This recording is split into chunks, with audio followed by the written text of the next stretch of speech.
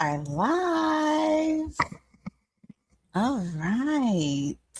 Welcome to Monday Night Live with me, Dr. Yoandi. It's great to have you here, whether you are watching live or whether you are watching the replay. You are welcome.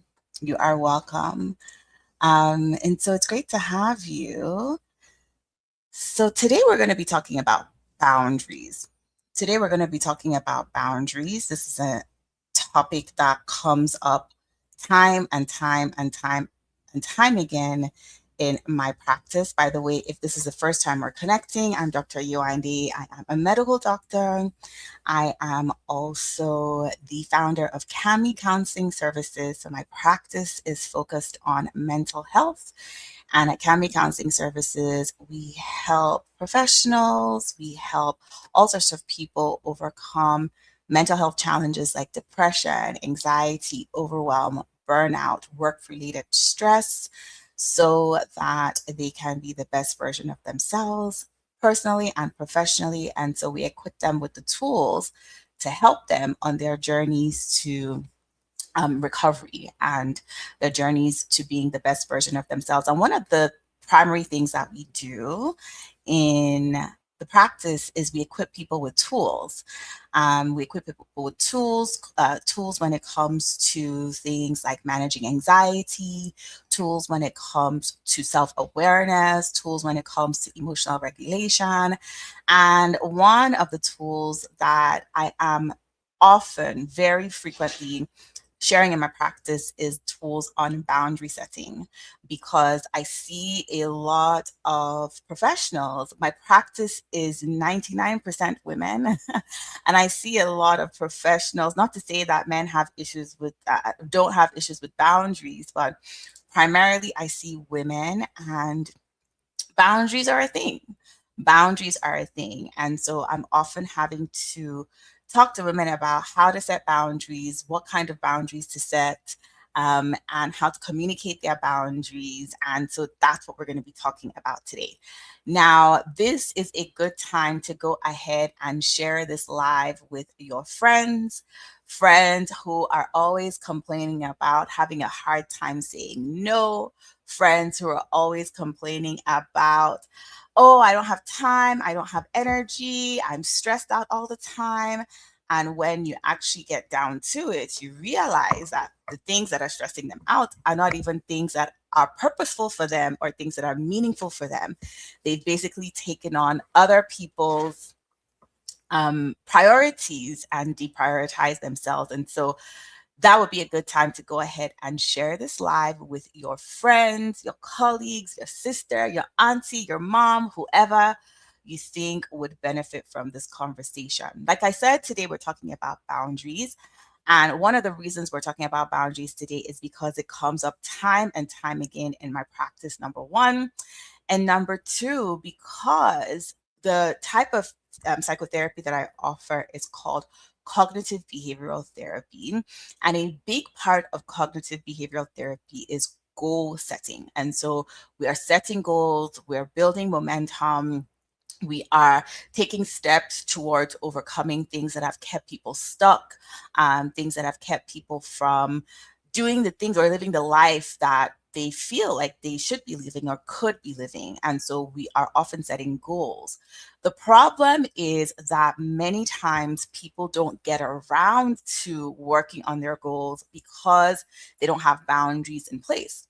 And if you ever wondered why you start something and you don't finish, or why you don't have the energy or capacity to do the things that mean the most to you, whether it's working on your mental health, whether it is building out a vision or a dream, whether it is exercising, whether it is working on your faith and prioritizing that, whether it is travel, your finances, if you find that you are having a hard time sustaining momentum when it comes to your goals, then this is the conversation to you. Like I said, we're talking about boundaries, and that is the topic of conversation today.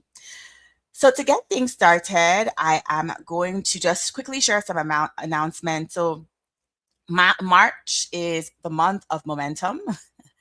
I'm just going to share my slides here. And so after today, we're also going to be talking about how to actually communicate your boundaries. So next week, same time, we're going to be discussing how to communicate your boundaries. Speak like the woman you are becoming, how to communicate boundaries for your next season. Many of you are in a season of transition, you are in a season of reinvention, you are pivoting in your careers, you are restructuring your work, you are restructuring your home, you're restructuring your life, right? When we get into our 30s, our 40s, many of us enter into a season of reinvention, of transition. And with that comes boundaries, the importance of boundaries. And in addition to that, communicating boundaries. So go ahead and put it in your calendar now. Speak like the woman you're becoming, how to communicate your boundaries for your next season. And this month of March, like I said, is a month of momentum. And we're going to be having a 3-day momentum challenge towards the end of March. So book in your calendar March 26th, March 27th, and March 30th. So that's Thursday, Friday, and Monday. I'm going to be taking you through 3 days of momentum, such that by the end of the 3 days, you would have overcome your procrastination, the things that you have been avoiding, and you would have actually been able to get things done. Probably things that you've been avoiding for weeks, for months, maybe even years. So just a couple of announcements to get out of the way before we get into the hot topic for today, which is boundaries. So before I start, I would like for you to think about, when you hear the word boundaries, what does that word mean to you? When you think of the word boundaries, what does that word mean to you? Many people think of boundaries. When I ask this question in my practice, I will hear answers like boundaries are saying no, or boundaries are setting a line, drawing a line. Boundaries are keeping things out of your life. Boundaries are protecting yourself, right? Those are some of the answers that I often will hear when I ask the question, when you think about boundaries, what are boundaries? And I'm going to say that yes, all of those answers are true, but they are only partially true. And I will explain why in a second. So, yeah, all of those answers are definitely true, but they are only partially true. They're only partially true. And like I said, I am going to explain why in just a second. So, definitely boundaries are important when it comes to protecting yourself. Boundaries are important when it comes to guarding yourself. Boundaries are important when it comes to saying no. Boundaries are important for all of those things and all of those reasons, but that is only half the story. It's only half the story. The rest of the story I'm going to share in just a minute, but I want you to keep in mind that boundaries aren't just about saying no. And they're not saying no just for the sake of saying no. Boundaries aren't just about self protection or self preservation. Again, that's just half of the story. So, what are boundaries? Boundaries are the rules of engagement that we set for ourselves for how we relate with other people. Boundaries are the rules of engagement that we set for ourselves for how we relate with other people. And so I just want you to sit with that for a moment and think about that for a moment.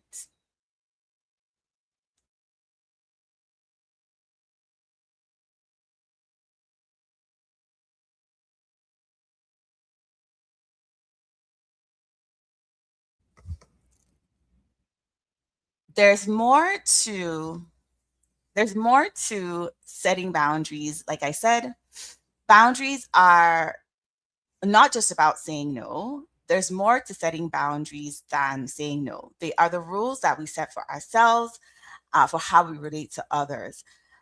Think about boundaries as like a professional code of conduct. If something happens, then this is how I respond. If I'm spoken to in a certain way, then this is how I'm going to respond. if I'm asked to do something at a certain time, then this is how I'm going to respond. Right. So it's not just about saying no. It's not just about self protection or self preservation. Boundaries are the rules that we set for ourselves for how we relate with other people. Boundaries are the limits. Yes, they protect our time, they protect our energy, they protect our relationships. Boundaries protect our values, the essence of who we are and the things that we hold near and dear. And values also protect our well-being, whether that's our physical well-being, our emotional well-being, our spiritual well-being, our financial well-being, right? Boundaries have an impact in all these areas. And on the other side, and this is a side that many of us don't think about. Boundaries also balance our openness to relationships, our openness to connection, our openness to opportunities, and to new experiences. So, beyond saying no, beyond keeping things out and keeping people out, boundaries also serve to keep us open to relationships, to keep us open to connection, to opportunities, and to new experiences. If we're closed off all the time, if we're saying no all the time, then chances are we are not going to have the opportunity to connect with people, to develop relationships, and to experience new things. So, on the one hand, yes, boundaries help to protect us, but they also help to connect us. When we have healthy boundaries, they will serve two purposes. They will serve to protect and they will serve to connect. So, boundaries, when they're healthy, will guard us from being taken advantage of. They will guard us from unnecessary stress and drama. They will drive. They will guard us from burnout. They will shield us from other people's unhealthy behavior, other people's unhealthy emotions, and they protect us. When we have healthy boundaries, they protect us. And they also create a space for us to develop authentic relationships, authentic connections. They help us develop openness. When we're open enough, they allow for an exchange of ideas, an exchange of support. They give us an opportunity to lean on others for emotional support. They help us deepen our community because we're not just saying no and closed off to other people. And they also help with our respect, in mutual respect. When people don't know you, it's hard for them to trust you. When people don't know you, it's hard for them to respect you, right? So healthy boundaries will allow you to say yes to beautiful relationships, beautiful connections, experiences, and things that will bring you joy at the end of the day. Like we know, there's a saying that goes, "No man is an island," and so when we are extremely guarded and when we have really strong set rigid boundaries, it makes it hard for people to get to know us and hard for other people to get it makes it hard for people to get to know us and hard for other people for us to get to know other people, right? And so at the end of the day, we need to have both. We need to have both. Right. So if you're just joining in, welcome to our topic today. We are talking about boundaries, and specifically, we're talking about the 6 boundaries you need to sustain momentum when it comes to your goals. It's one thing to set goals, it's one thing to start working on your goals, and it's another thing to maintain momentum. So, your boundaries, 6 kinds of boundaries, are essential. These 6 boundaries I'm going to be talking about today are essential boundaries that will help you sustain momentum when you set your goals, when you start setting your goals, and whether that's personally, whether that's professionally, whether those are health goals, whether those are career goals, you still need to have these boundaries in place in order to maintain your momentum. So, how do unhealthy boundaries affect our progress? Number one, we end up doing the right things at the wrong time. So, many of us are pretty good at discerning what are productive things to do and unproductive things to do. So we know that if we spend hours scrolling on our phones, that's likely to be an unproductive activity when it comes to our goals, right? Scrolling endlessly with no intentionality behind what it is that you're doing online is not likely to take you any closer to any of your goals. Am I right? Right? So, but at the end of the day, what is even more dangerous, because it's very insidious, and it hides under the pretense of being productive, are doing the right things, right? We're doing the right thing. So we are being helpful, we are serving, we're creating, we're learning, we're doing all these things, consuming content that may not be mindless scrolling that leads to brain rot, but things that are actually informative and educational, but really not leading us towards the goals that we set for ourselves, the things that are important for us in the season, the things that we have said ourselves are important for this season. So we end up doing the right things, but at the wrong time. And at the end of the day, we end up feeling frustrated because there's no meaning behind the productivity. We're just being productive for the sake of being productive with no real meaning behind it.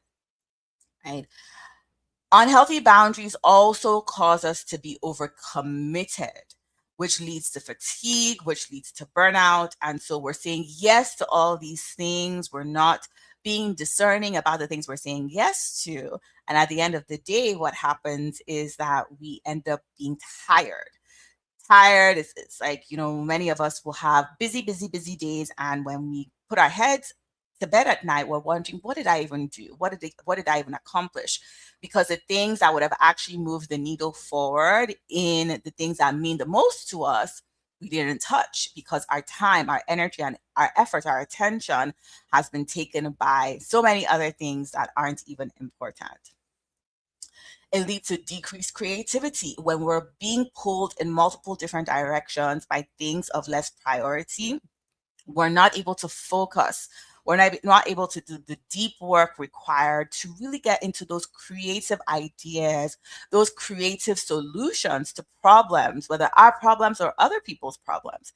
We are too tired, we're too burnt out, we're not resting enough. And rest is critically important when it comes to creativity, when it comes to problem solving, when it comes to even just productivity, right? And so when we are pulled in different directions because we have no boundaries, then it affects our creativity, our problem solving, our critical thinking, and then ultimately mental health challenges like anxiety, overwhelm, depression, burnout.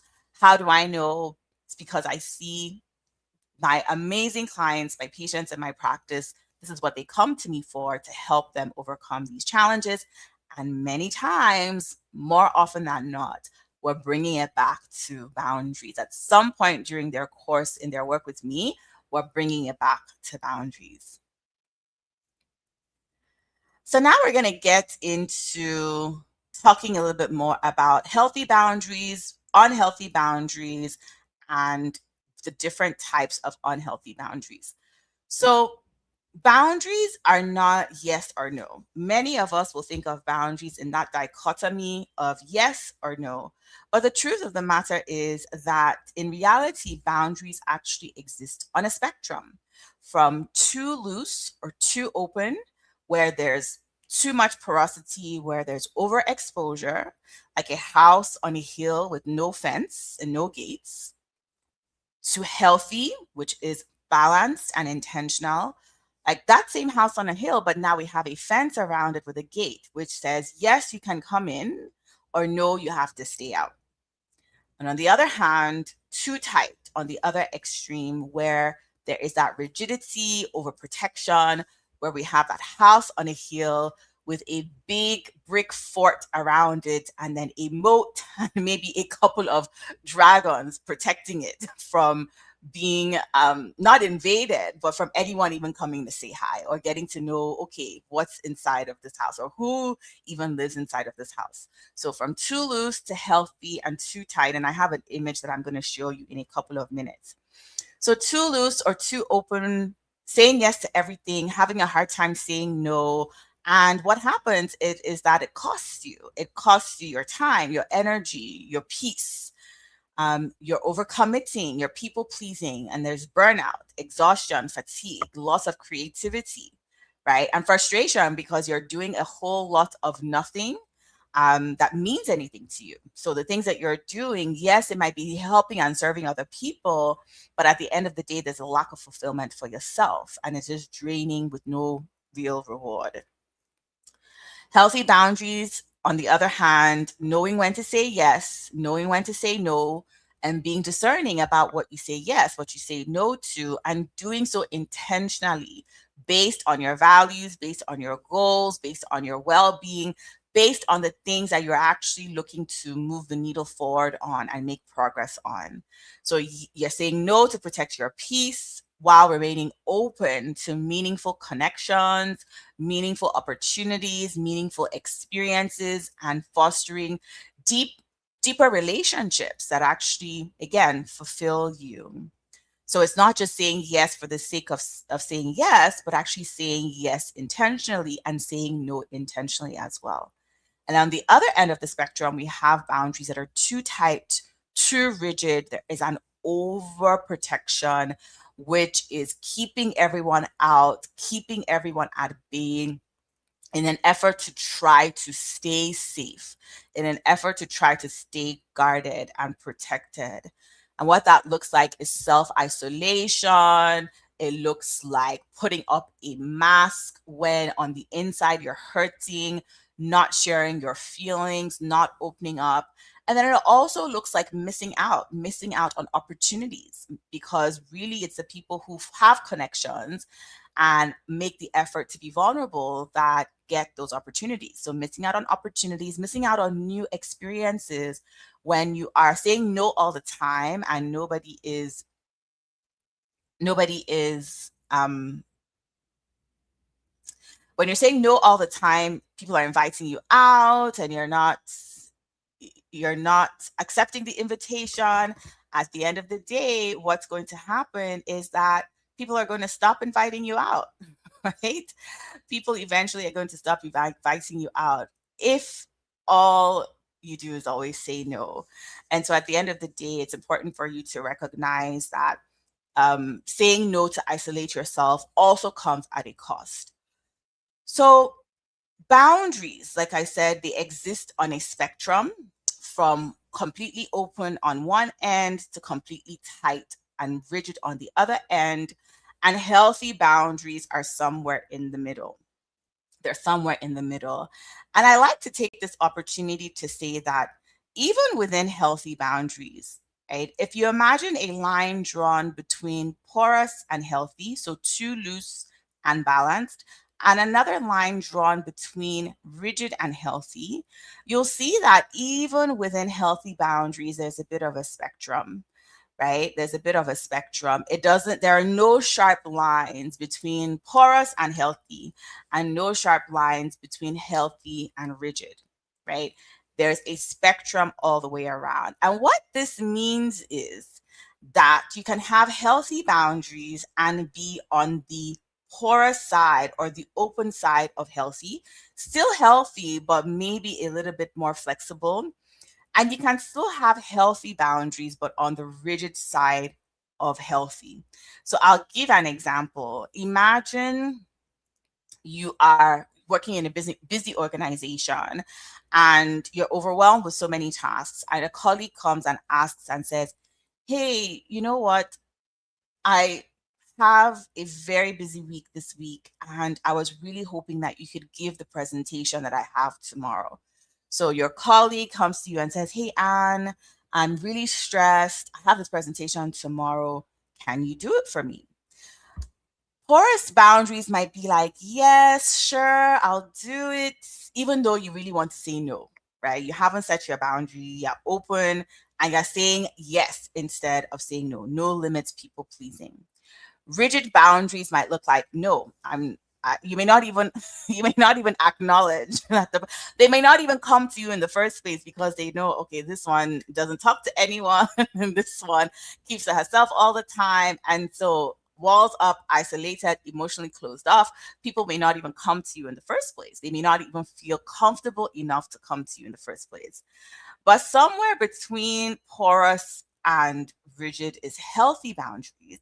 And it can be healthy, but on the porous side. And that might look like, you know what, I'm not going to be able to help you give the presentation, but what I can do is have a look at your presentation and give you some tips on what you can do to present tomorrow. So that would be setting a boundary in that I'm not going to give the presentation to you, give the presentation for you. However, I'm going to give some tips to help you feel a little bit more confident. Healthy, and that's healthy, as long as you have the capacity, that's healthy. You're not taking on the person's work. Their urgency is not all of a sudden your urgency. Their emergency is not all of a sudden your emergency. You're doing what you can within your capacity. Healthy, but on the rigid side may look like, Anne, I really wish I could help you, but unfortunately, I'm really swamped right now. No, I cannot help you. And that's that. So both still reasonable answers. I wonder if you agree, still reasonable answers. One were probably on the more porous side, but still reasonable, still healthy, and one more on the rigid side, but still reasonable and still healthy. So setting clear limits, respectfully saying no, being open, being flexible to helping where I can, but also knowing where I draw the line as far as my level of involvement. I'm just going to quickly check and see if there are any questions. If you are on LinkedIn, if you are on YouTube, feel free to put your questions in the comments because it'll come up on, I'm using a completely different software today and I'm actually liking it. It looks nice. It looks clean. It's easy to use. So I'm liking it so far, but I'm able to see your comments. So if you want to put any questions in the chat, go ahead and do so, and I will definitely respond to your questions. And if you're watching the replay, yes, go ahead and put your questions in the comments as well, because I'll be checking the comments as they come up too. All right, so now that we've talked about what boundaries are, we've talked about the importance of having healthy boundaries. We've also talked about the different types of the spectrum of boundaries. Now we've also talked about how unhealthy boundaries can affect your goals. They can affect your progress and your momentum. Let's go ahead and talk about the 6 key types of boundaries that we should all have. Now, this is not an exclusive list of all the types of boundaries that exist. There are, depending on what you read, you might see 7, you might see 8. But today I'm going to talk about 6 key types of boundaries that everyone should have, especially if you are in a season of reinvention, a season of transition, and you're really working on your goals to take you into your next season. So these are the 6 types of boundaries that you should have, and each one serves a very specific purpose. So number 1, physical boundaries. So what are physical boundaries? Physical boundaries determine who and what you let into your personal space, right? Who and what you let into your personal space. Physical boundaries determine how you navigate physical touch, right? Your comfort with other people being in your space, with other people being close to you. So your comfort with proximity to other people. Right. I have a friend who could literally meet someone at the grocery store. And as long as they have enough in common, that person could be at my friend's house for lunch or dinner. So this is someone who has open physical boundaries, right? Where, yeah, come to my house. Sure. We just met today, but no worries. Come, I'll host you and let's get to know each other. I have someone who is very comfortable hitchhiking, right? So on one hand, someone who is open with allowing people into their home, and another hand, someone is who's comfortable allowing people to get into their car, into their vehicle, right? Some people are okay with a handshake. Some people are huggers. Some people do not like to be hugged, right? So that all comes into play with physical boundaries. This determines who you let into your personal space. What are your codes of conduct, your rules of engagement in deciding and determining who you let into your house, who you let into your home, who you decide to shake, who you decide not to shake, who you decide to hug, who you decide not to hug. Now, how this is important when it comes to your goals, in that many of us are quite porous with our physical boundaries. So, whether that's our offices, whether that's our homes, people want to come over and you're like, sure, come over. Whereas you have a deadline, or you had set that time apart in order to work on specific goals that you set for yourself, but you're allowing anyone into your space. There's noise, there are distractions, there are responsibilities now. Maybe these are friends or family members that are visiting, and now your space is no longer your space anymore. Or maybe your office, anyone is free to come in and out of your office at any given point in time, even when, and so you haven't set the boundary around, okay, I have office hours, and outside of those office hours, nobody come into my office, right? So establishing physical boundaries or not establishing physical boundaries can really affect your ability to make progress with your goals. It can be very distracting when you don't have boundaries set and predetermined, especially when it comes to your workspace and your personal space, your place of rest, your place of speak, your place of peace, right? Your sanctuary. Emotional boundaries, going on to the second type of boundary, emotional boundaries determine how you share your emotions and with whom. How you share your emotions and with whom. Some people are very comfortable coming online and sharing their emotions to strangers, whereas they will not share their emotions to close family or friends. They'd rather do it to strangers, to people who don't know them and people who they don't know. Emotional boundaries also determine how you allow other people's emotions affect you, right? So if you are open, completely porous to other people's mood swings and other people's anxieties and their worries and their sense of urgency, right? And their own pressures and their meltdowns, if you are completely porous and open to that, that's going to affect you as well too, right? Boundaries when it comes to your emotions serve to protect your emotional balance. And what this looks like is how it can affect your goals is, say you have a deadline tomorrow, and then it pops into your head, oh, I haven't heard from so friend. They're going through a hard time. They've been going through a hard time for the past 6 months. And I know every time I talk to them, it's a heavy conversation. I usually leave feeling drained because I have poured into them, supported them, given advice, given counsel. And then you decide that this is the night that you're going to call that friend because they popped into your head. Well, surprise, surprise, after the 2 hour conversation, you're drained, you're tired. Maybe you've also been crying with them, and now you can't focus on finishing your presentation, right? So protecting your emotional boundaries will look like, okay, I have this presentation tomorrow. I'm going to finish working on this presentation. And on Saturday, after I've rested, I'm going to call my friend and check up on her, right? Emotional boundaries also looks like, okay, I may not talk about all my personal problems to my colleagues at work, but maybe I have one or two trusted friends. Maybe I have a counselor or therapist who I will open up to and share my emotions with. Okay, so emotional boundaries determines how you share your emotions with whom, and also how you allow other people's emotions affect you. All right. How is this going so far for you? I hope it is helpful. I hope you are learning something new. I hope you're taking notes. The conversation of boundaries is one that's always a hot topic in my practice.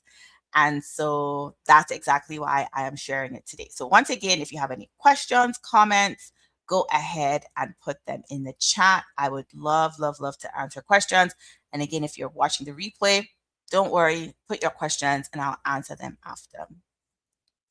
So let's talk about conversational boundaries, also known as intellectual boundaries. Now, conversational boundaries, these are the limits around topics you're willing to discuss, and again, with whom, how you share your thoughts, your ideas, and also with whom you share your thoughts and ideas, and how you're spoken to, right? The kind of language that people will use to address you, to speak to you, or to engage with you, right? So one of my pet peeves is if I am talking to a staff member, and they'll say something like "you guys," referring to me and a client, or "thanks," thanks. I don't know. For some reason, you guys in a professional setting, I know I say it all the time, but I don't know that I would say it to my boss, right? If I had one, or thanks to my boss if I have one. So for me, it's just a boundary. Some people might look at that and be like, you idea you're rigid with your boundaries. And I might be. I might very well be rigid with my boundaries. In other areas, I might be porous, right, with my boundaries. But there's just a way of communication will that I will suggest, or I will expect. Let's put it that way. Conversational boundaries have to do with ideas and thoughts and the limits around the topics you're willing to discuss and with whom you're willing to discuss them. These boundaries will help you determine the kinds of conversations that feel safe, that feel enriching, that feel respectful. Okay? Now, it doesn't mean you have to be rude about, you know, correcting people when they address you a certain way, or right, like, another thing for me culturally, it's very hard for me to call my bosses by first name, okay? Or my supervisors by first name. I just do not know how to do it. It's, again, a cultural thing for me, right? And so again, other people might think that that's extra, but for me it's a respect thing, right? And so does it mean that people go around it doesn't mean that if people cross your conversational boundaries, you go around being rude or anything like that. Actually, next week, like I said, we're going to be talking about how to communicate your boundaries. You can correct them in a respectful way, and that's totally fine. Right? What kind of topics are you willing to discuss and with whom? Some people have limits around talking about politics or religion in certain settings, right? They might say that every time I go visit my family in the US, all right, they are of a certain political leaning. And so we just decide politics is off topic, right? That's just a hypothetical example, right? So some people might set a boundary around certain movies that they watch, certain shows that they watch, certain shows that they go to, because they're protecting their minds, they're protecting their intellect, right? And so those are the kinds of things that we think about when it comes to conversational boundaries. Now, how does this come into play when it comes to our goals, when it comes to momentum, making progress? You might have an idea, and I spoke about this in recent podcast episodes. By the way, if you're not listening to Happy Without Medicine, which is my podcast, which you can find on all podcast platforms, why aren't you listening to Happy Without Medicine? And if you are, thank you for being a listener to the show. So the last two episodes we talked about maintaining momentum. We're doing a momentum series, and we talked about why it is that sometimes you start off excited about an idea, and the next thing you know, the excitement has faded. Well, sometimes it's because you shared the idea with the wrong people and you shared the idea too soon, right? So it's important to recognize when to share your idea, with whom to share your idea, when to have these conversations, with whom to have these conversations, because when it comes to your dreams, your goals, your ideas, you want to be somewhat protective, But you also want to share enough with the right people, because in order to build, in order to grow, in order to get the right help and support that you need, you have to talk. You have to talk to people about what it is that you're working on. So if you're just joining, welcome. We're talking about 6 types of boundaries that you need to sustain your momentum. We talked about physical boundaries. We talked about emotional boundaries. We talked about intellectual boundaries, also known as conversational boundaries, right? Um, and now we're going to talk about material and financial boundaries. And I know that many of you are going to find this interesting as well, because who doesn't like to talk about money? We're going to talk about material and financial boundaries. So, what are material and financial boundaries? These are the rules and the code of conduct that we set around how and when we share, give, or lend our belongings or resources. So these are the boundaries that we set, the rules that we set for ourselves when it comes to giving, when it comes to sharing, when it comes to lending our belongings, whether it's our clothes, whether it's our shoes, whether it's our car, and then money as well too. Now, a budget is an example of a financial boundary. Many of us don't think of budgets that way, but when you tell your money where to go and what to do when it gets there, that's a limit. Those are rules of engagement. If you say this month I'm only spending $50 on Amazon Prime, amen, that'll be the day, right? But if you set that goal for yourself, then if you set that boundary for yourself, then that's a financial boundary. If you say to yourself, if I like an item I see online, I'm going to give myself 48 hours to decide if I'm actually going to buy it or not. And if by the end of the 48 hours I still want to buy it, then I'm going to spend my money on it. You might say, as an example of a financial boundary, if the amount of something I want to buy is over $500, then I'm going to save towards it as opposed to buying it on impulse, right? If I'm planning to go on a trip in 6 months, then I'm going to save X number of dollars every month in order to be able to afford that trip, right? So that's an example of how a budget is a financial boundary, because remember, all we said that boundaries are codes of conduct, rules of engagement, how you are going to interact with people or with things. Now, when it comes to people and financial boundaries, this is always a hot topic because of things like black tax, right? Where a lot of people are required to support communities, right? Of family, friends, loved ones, even on a limited income. I've spoken to people who go into debt in order to support family and friends. They are borrowing money in order to support family and friends. And so a financial boundary here might look like, every month I'm setting aside X number of dollars to help and be supportive. And once that budget runs out, it's going to have to be a no for now. Let's see about next month. Because I know that it's very hard many times just to cut people off completely. Sometimes it's out of necessity where you literally have nothing to give. In fact, people are calling you to pay back the money that you've borrowed, and so there's even nothing to give.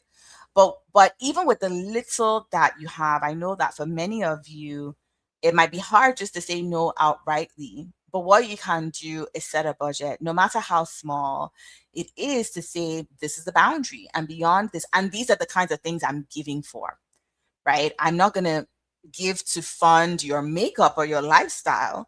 But if it's a legitimate reason, if it has to do with certain things that have to do with survival, then yes.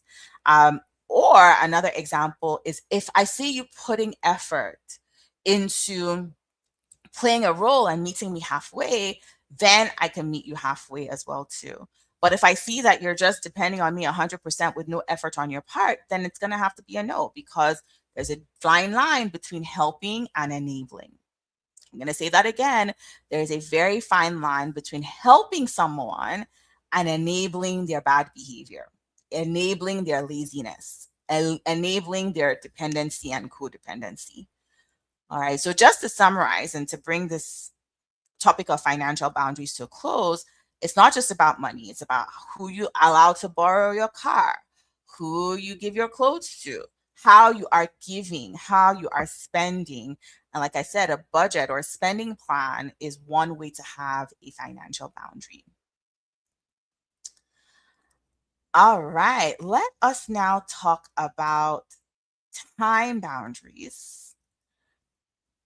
Time boundaries, just as the name suggests, has to do with how you invest your time or spend your time, because not all time spent is an investment.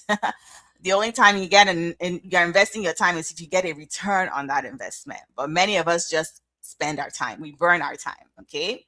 Myself included. There are days where I'm like, where did the time go? What did I do with the time that I had? And I have nothing to show for it. So no judgment here. And so time boundaries have to do with how you spend your time, how you invest your time, how you manage your schedule. Okay. What do you do when you wake up in the morning? What do you do before you start work? What do you do while you're at work? What do you do before you come home, right? How do you manage your schedule? Are there days of the week where you start at 10 o'clock instead of 8 o'clock? Are there days of the week where you end late? Right? And so, what does your schedule look like, and how intentional have you been around managing your schedule and the flow of your day? It also has to do with how you choose your commitments. What are you saying yes to? Are you saying yes to every request to help move, or every request to help babysit your neighbor's kids, or every request to help, I need you to do my hair, or I need you to make food or cook a meal for me? Are you saying yes to every single request that comes your way?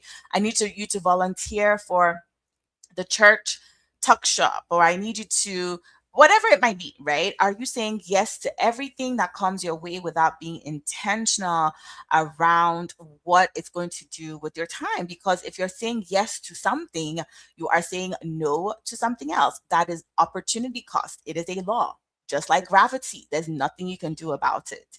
It's a law. You can't get around it, right? So at the end of the day, when it comes to your time, boundaries around your time will serve to protect you from distractions and from time wasting activities. Remember, what we're talking about is how these boundaries help support your goals, help sustain momentum. Once you start to set your goals, we know how goals are great for our mental health, especially when they are meaningful goals, purposeful goals. But at the end of the day, it's one thing to set your goals, it's another thing to start your goals, and it's another thing to sustain momentum with your goals, right? And so having boundaries around your time is really, really going to be important.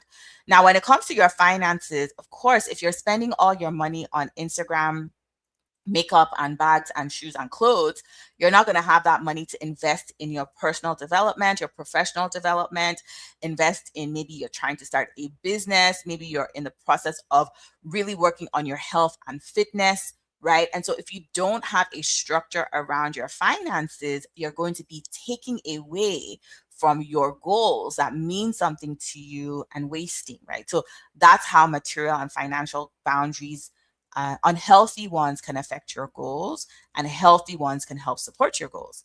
Time, I already explained. If you're able to protect your time, especially the time when you are most productive, some of us are most productive in the mornings, some of us are most productive at night. And so being able to structure your schedule in a way that aids your productivity, in a way that makes it more likely for you to get things done, again, it's a type of boundary. You're giving your time structure, and you are setting limits and rules on how you use your time. All right. And the last type of boundary that we're going to talk about today is energetic boundaries.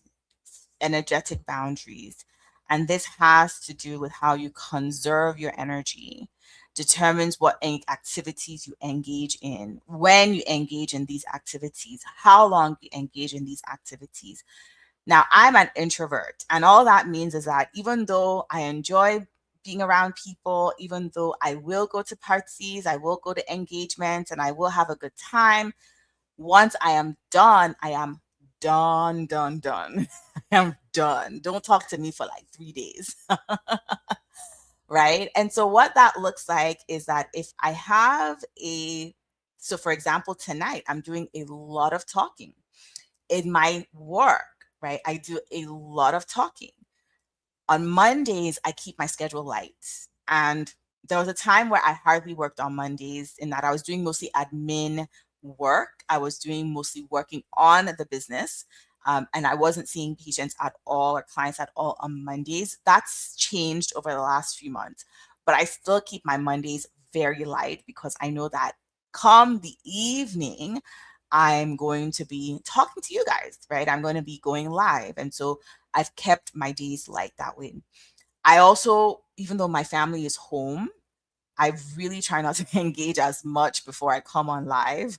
My kids want to talk to me, my husband wants to talk to me, and I'm just like, in myself, I'm conserving my energy because I know that once I come on, I'm on. I'm here to teach. I'm here to pour into you. I'm here to give strategies. I'm pulling from experience, and my brain is working even as I'm talking to you. I'm sharing with you, right? So before I come on live, I try to keep things as minimal as possible, right? And so determining what drains your energy and what fuels you can help you then structure what limits you put around it. And again, when you have goals, you gotta be intentional about setting boundaries around your energy because you want to give your best to your goals, especially the ones that are meaningful to you, especially the ones that you know that if I were to just accomplish this thing, I would feel so good about myself. It would be so good for my self esteem. It will be so good for my mental health.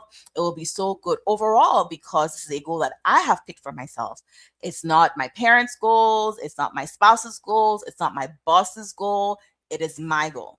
It is my goal, right? And so at the end of the day, you have to determine how you conserve your energy, how you manage your energy so that you can bring the best energy to the things that mean the most to you. All right. So today we spent the past 50 minutes or so speaking about boundaries. I hope that it has been informative. I hope that it has been educative. I know that whenever I share this topic in my sessions, it's always enlightening. And so that is why I'm bringing it to Monday Night Live tonight. And also because I know that a lack of boundaries, many of you are in transition, you're in a season of reinvention, you're changing careers, you're restructuring your life, you're doing different things, you're coming into a season, you're just stepping into a new season. And the only way that you can do that successfully is if you are intentional about setting your boundaries. Your healthy boundaries are the structure that allow you to make real progress on your visions, your dreams, your goals.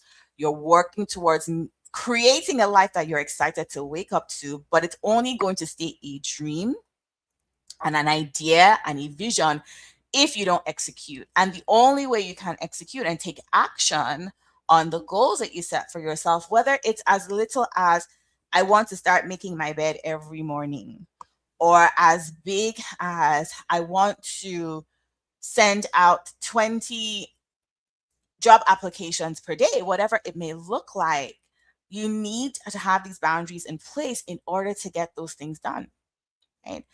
Your boundaries will help you protect your time, your energy, your focus, your capacity so that you can follow through on the things that really matter to you, the things that are most meaningful to you, because you don't want to accumulate a life of goals that meant nothing to you, but meant everything to someone else. That would be awful. Okay. And it's a recipe for unfulfillment, depression, anxiety, and all the things that we see, right? When your boundaries are too open, when they're too loose, you overcommit, you get stuck. When they're too rigid, you isolate and you miss meaningful experiences. You miss relationships, deepening of relationships. You miss support. But when your boundaries are in that healthy zone, remember we talked about that middle zone, that healthy zone, they will create the conditions for steady, sustainable progress. This is where you can put one foot in front of the other. This is where you might need to take a break, but you can come back because you've protected that time. This is where you've decided, okay, in this hour, I'm going to come and I'm going to work on the thing that means the most to me in this season. And it's within these boundaries that you can then start to make steady progress that is sustainable because you have the energy, you have the boundaries to support that momentum. And so I hope you have enjoyed our time together tonight. We have spent the past 50 plus minutes talking about boundaries. If there are any questions, go ahead and put them in the chat. If you're watching the replay, go ahead and put the questions in the chat as well too. And I just want to conclude by saying that all of us, at least I would say most of us, listening to myself included, have gotten to a point where we have felt stuck and where we have felt like, okay, I know that I have these dreams, these goals, these ambitions, or my mental health just hasn't been what I want it to be. And I know that I need to take certain steps to get back to where I need to be, but I just don't have the capacity. It's important to go back and say, which of my boundaries have I neglected? And where do I need to intentionally carve out space and time and conserve my energy? Where do I need to start saying no intentionally? What resources do I need to start reclaiming? What time do I need to start reclaiming? What energy do I need to start reclaiming? What space, right? Some of us, our space has been overtaken by clutter, right? We haven't put up physical boundaries against things in our space, right? And so all that to say that if you are in that space where you are seeking to create boundaries, where you are seeking to move the needle forward on your dreams, your biggest goals, some of you have had goals for decades and you haven't been able to execute because you haven't had the boundaries. I want us to stay connected, okay? And the best way to do that is to join my email list. And I share practical tools. My emails are well loved, well read. I share tools. I share reflections. I share invitations to workshops. I share invitations to our free co-working sessions, right? And this is where we meet, we gather, and we do the work. We do the work required to move forward on our goals, to move forward on our goals. I'm gonna put the link to the newsletter in. I'm gonna put it on the screen so that you can go ahead and join. It'll also be in the description. It'll also be in the description.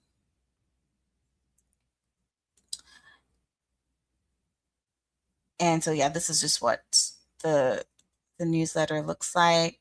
Yeah, you just put your name, your email address. It's easy to join. It's called Doing Well Digest, and it's well loved, well read. I share personal insights. I share stories. I share tips and strategies. So if you enjoyed today's lesson, you'll definitely enjoy the newsletter.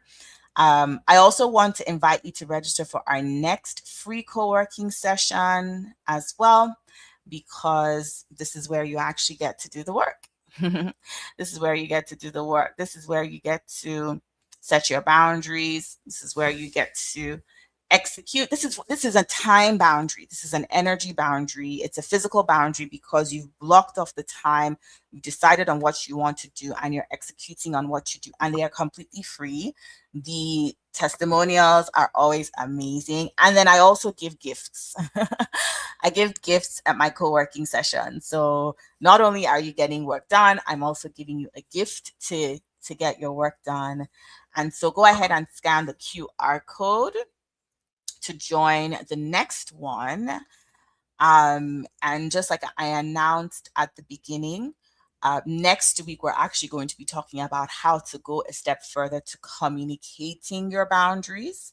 And the end of the month, we have a 3-day boot camp, which is going to be momentum upon momentum, execution upon execution, really working towards your dreams and your goals, especially as you enter into the season of reinvention.